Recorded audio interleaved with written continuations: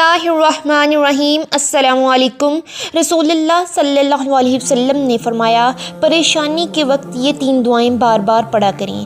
آپ پر بھی جب مشکل وقت آئے، پریشانی یا کوئی مصیبت آئے تو آپ نے ان 3 دعاؤں کو بار بار پڑھنا ہے۔ اللہ تعالیٰ ان دعاؤں کی برکت سے آپ کی پریشانی ضرور دور فرمائیں گے انشاءاللہ۔ دعا کیا ہے؟ نمبر 1، لا الہ الا اللہ العظیم الحلیم، لا الہ الا اللہ رب السماوات ورب الارض ورب العرش العظیم۔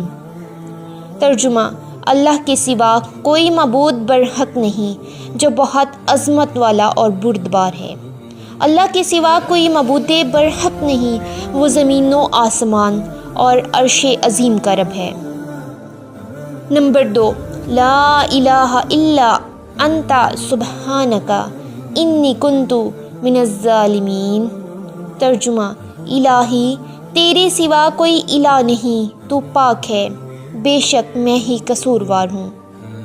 نمبر 3، اللہ اللہ ربی لا اشرک بہ شیئا۔ ترجمہ: اللہ، صرف اللہ ہی میرا رب ہے، میں نے اس کے ساتھ کسی کو شریک نہیں کیا۔